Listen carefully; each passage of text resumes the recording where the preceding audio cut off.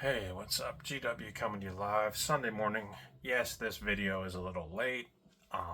It's just been crazy, but I have a movie to talk to you about, especially if you're a horror fan like me, or you're just into very tense slashers.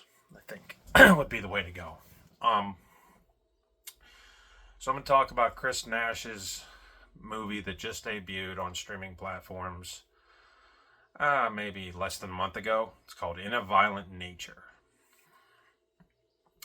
This movie got a lot of acclaim because of the gruesomeness, I guess, of it. And basically, the story, it's a loose story. Because what you're there for, obviously, is to see this monster rip people apart and do crazy shit.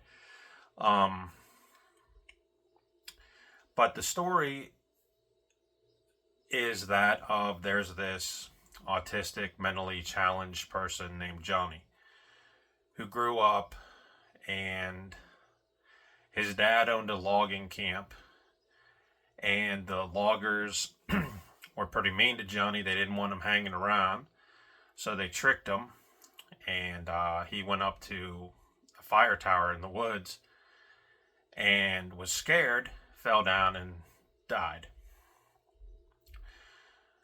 His mother gave him a locket, which you see in the very opening shot of this movie.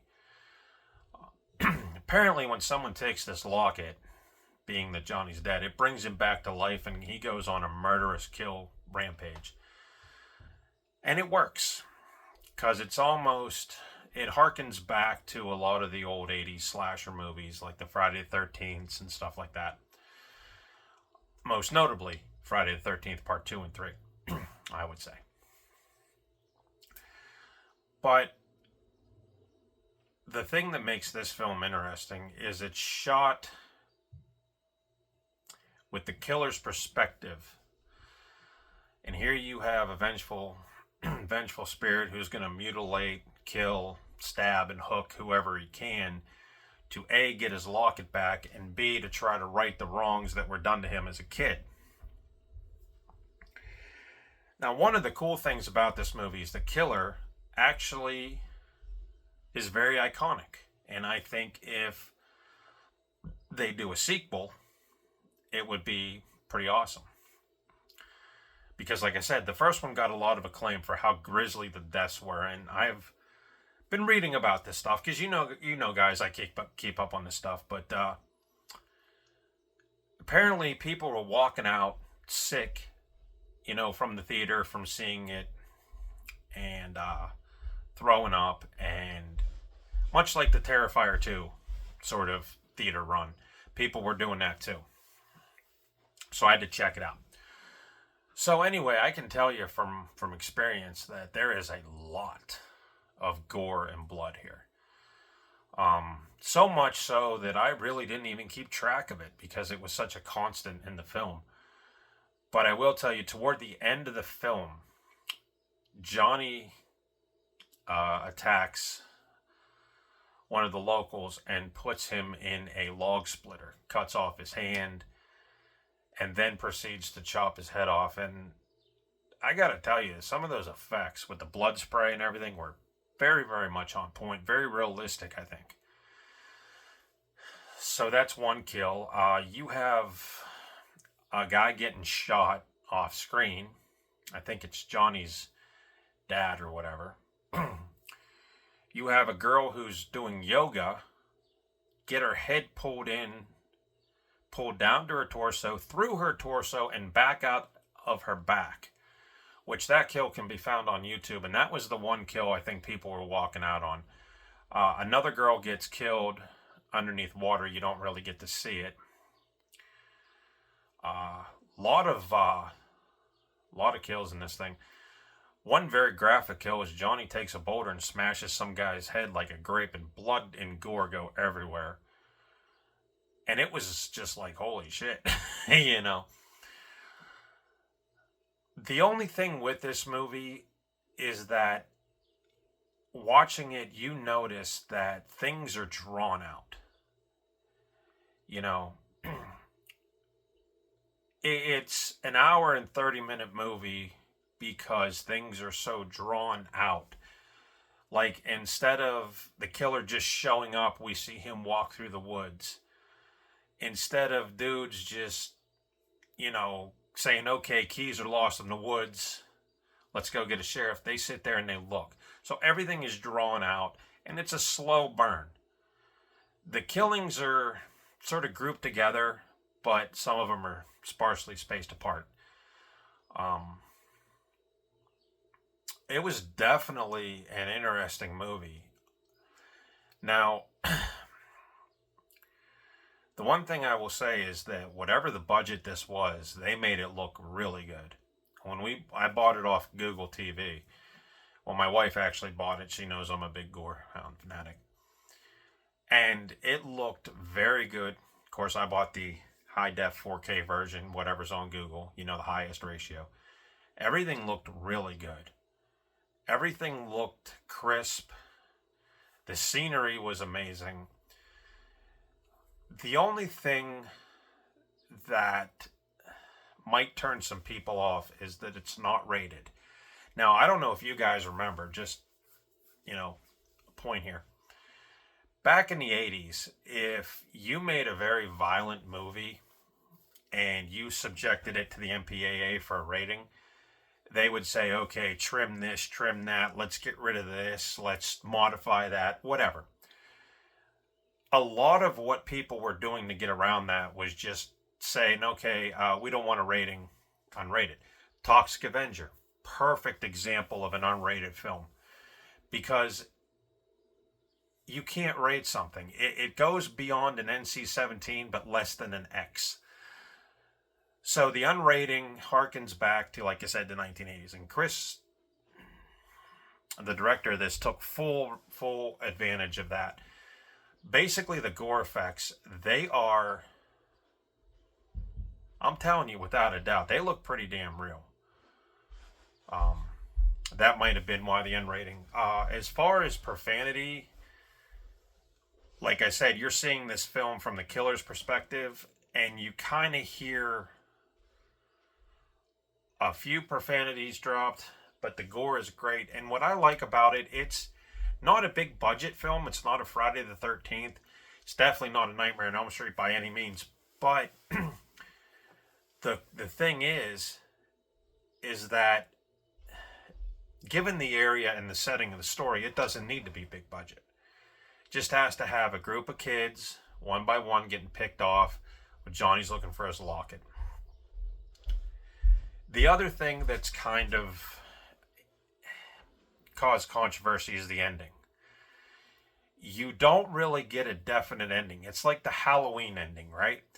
Where Michael Myers gets shot off the balcony. He's laying in the grass, gets shot numerous times in the head, and you look down and he's gone. So there's no definite closing. That's why I think that there's going to be a sequel, especially after the way this one was well received. I really believe that this is one of the better horror films and gore films I've seen, because it does harken back to the 80s, and it gives you that sense of, whereas Jaws terrified you from the water. You're afraid to go in the water when Jaws happened. It reminds you, it gives you that feeling of dread the next time you're in the woods, because the way that this film was shot is that all the woods in this film look like something that you would go through, whether it's hunting, going fishing, going skinny dipping. The woods look like any woods you would see. And again, it plays on your fear, because then you're like, okay, you start looking around. And that was the other cool thing. When Johnny makes a kill in this thing, he's very silent. You almost have to look for him. And the guy is invincible. They gave him that Jason Voorhees thing. So that's why I'm thinking, again, another reason for sequel. Like I said, I really enjoyed it. I don't have the stars' names because, like I said, I don't have the Blu-ray DVD or nothing to read from. But it was just an amazing, amazing movie. And you could tell whoever did this loved the films of the 80s and the summer camp slashers. And, you know, like I said, Friday the 13th, sleepaway camp, you know, cheerleader camp, or cheerleader camp. Yeah, massacre. Yeah. You can definitely tell that he has a flair for this stuff. He's also made the killer have an iconic weapon. Early on in the film, the killer goes, oh, speaking of gore, I forgot to mention, we see a guy get garroted with the rope against his mouth, splits his head wide open, splits his head right on top, off of his shoulders. Uh, trying to think what else. A couple kills happen off screen, but yeah, definitely a bloody, bloody affair. Definitely earned above an R rating, especially for that yoga kill. But what I was saying was that early on in the film, there's an old fireman's museum that's located in the forest where Johnny was buried. So he comes back to life. Like I said, somebody screws with his locket. He comes back and he raids this firefighter museum, and he gets the iconic old fire helmet. And I think it's called a drag hook. It's a hook with a big chain on it. And, you know, it's pretty interesting. And the other thing I like about this movie is it's not crowded. There's not a lot going on. You just have to focus on the main thing, which is Johnny coming back doing a rampage. It's not as convoluted as like a Friday the 13th movie because it's more quiet. You know what I mean? You don't have to be a rocket scientist to figure out that Johnny's just trudging through the woods looking for people to pick off. But as loosely based as this story is, it works in the context that you don't need much going on. And if you watch the movie, I mean, for whatever budget they had, they did a hell of a good job.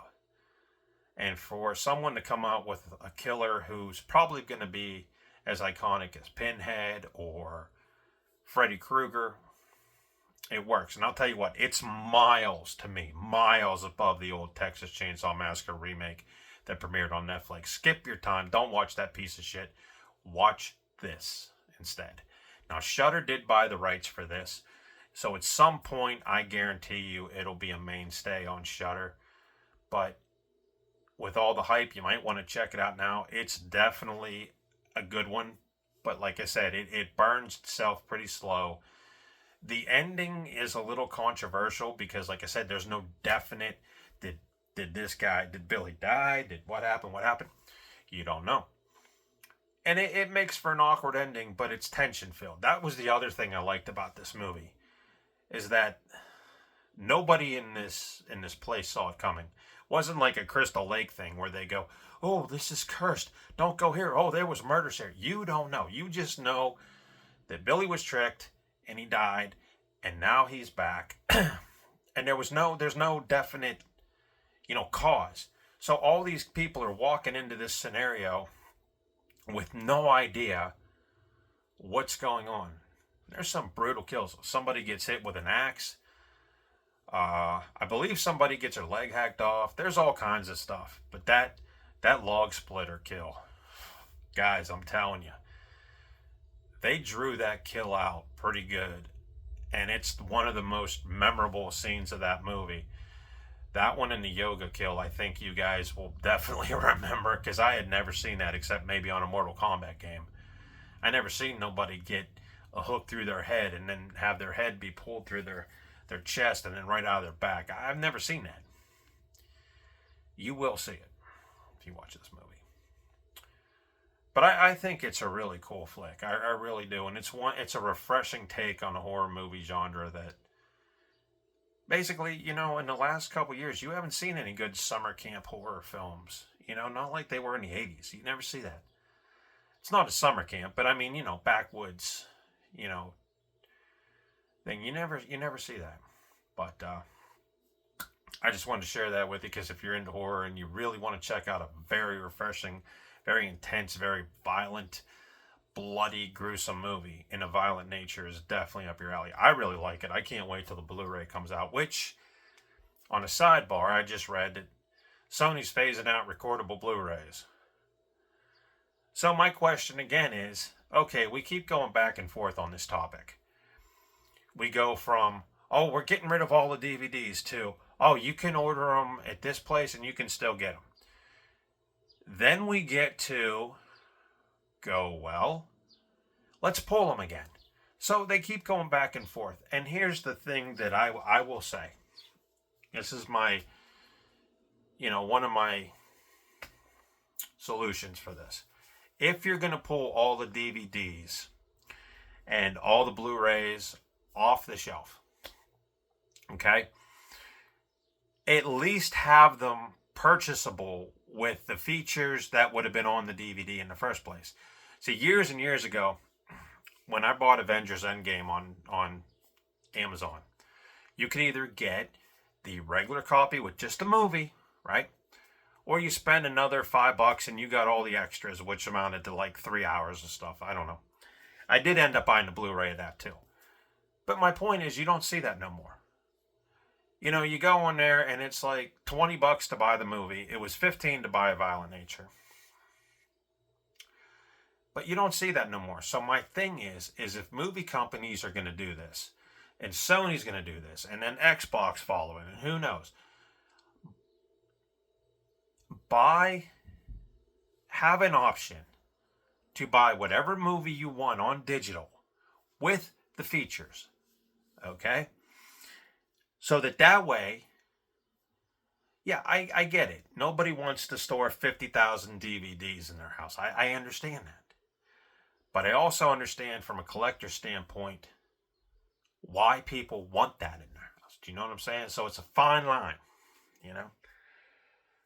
I know I have stuff that you can't find anywhere. I know, too, that some of the movies that I looked for are not on Amazon. They're not on Shudder, right? They're not on any other platform, because of marketing deals, movie corporations. That's like, you will never see the Texas Chainsaw Massacre 2 streaming. Maybe on Amazon you can buy it. But on a regular streaming channel, I don't know if you can, because it was made by a movie company that went under. And I think when movie companies go under, like Canon Pictures, Orion, New World Pictures, right? I think whenever they go under, all the deals that they made for those pictures, because when you're a movie company owner, right, and you are in control of like Ghostbusters, just throw this out here, Ghostbusters, you have to get permission. I think Columbia Pictures put that out. I think you have to get permission from Columbia Pictures, and you have to reach a deal if it's going to be on a streaming service, because they'll say X amount of people watch it, X amount of people pay this much money, we want this amount of money to put that on there. And that's great. But what happens if that movie company dissolves and that movie's in limbo? Now you have to track down the person with the rights. Now you have to get all the cast members to agree. And it's a bunch of stuff. And speaking of Ghostbusters, I read that they were going to put out one of those arcade cabinets, of the Ghostbusters game. But because it would turned into a movie and then licensed into a game, there's all these type of issues. So, again, it's tricky because not every movie will come to a streaming service. And then there's streaming services that'll say, okay, we don't want your content on there because you're not an R or PG-13, you're an NC-17. And they consider some of that stuff, guys, to be like porno, so they won't touch it. So again, it walks a fine line. But if you're going to phase out DVDs, Blu-rays, at least have them digitally to buy with maybe the standard edition with nothing on it, right? Or the deluxe edition with everything in the world, deleted scenes, making of, trailer, commentary, whatever. And have that available for the people that buy it, because there's a lot of people that want Blu-rays and DVDs to continue. They've been a staple for as long as I can remember. And people like collecting that, just like people like collecting CDs. Some people like collecting records. And I don't get it. I just don't get it. But I would like to continue to get the movies that I want because I know that I have them and I can watch them whenever I want. I don't have to wait for them to jump on Shudder, Peacock, whatever. I don't know. So it's my take on it. Also, the Elden Ring DLC, I've heard a lot of things good and bad, and I've actually been playing it pretty well. I will tell you this. Yes, it's hard. If you have friends, it makes it easy. It's not as hard as what they say if you know what you're doing and you kind of have people to guide you. And I have two of the best. But I would not chance that on your own, guys. If you do, may God be with you. But I don't believe the hype. I have played every Soulsborne DLC since Dark Souls 3. I did Bloodborne, which was very, very tough. But there was never a chance where I wanted to throw the controller and give it up. I was just like, all right, how the hell we get around it? Let's try this. Let's try this. Let's try this. Let's try this. I was never pushed to my breaking point. And even with this, I'm not even that far in. We've done a few things. But even at that, I'm telling you, play with friends. Be fine. Anyway, big shout out to Casey, Connor, Jay, Emily, my girl Megan works at Eaton Park, which, by the way, Megan, thank you for the wave. Thank you for everybody who watches, and I hope you had an awesome 4th. And Dan B, my main man, you got to check out that video I sent you. And nothing else, guys. Nothing else happening, nothing else rolling. Just hot as hell. We're going to do some housework today, and clean up the place a little bit. But definitely in a violent nature. I'm telling you, man. Probably 8 out of 10 for me. I really enjoyed it. And it was different. And I really liked it. And I just hope they continue the story. GW. Peace.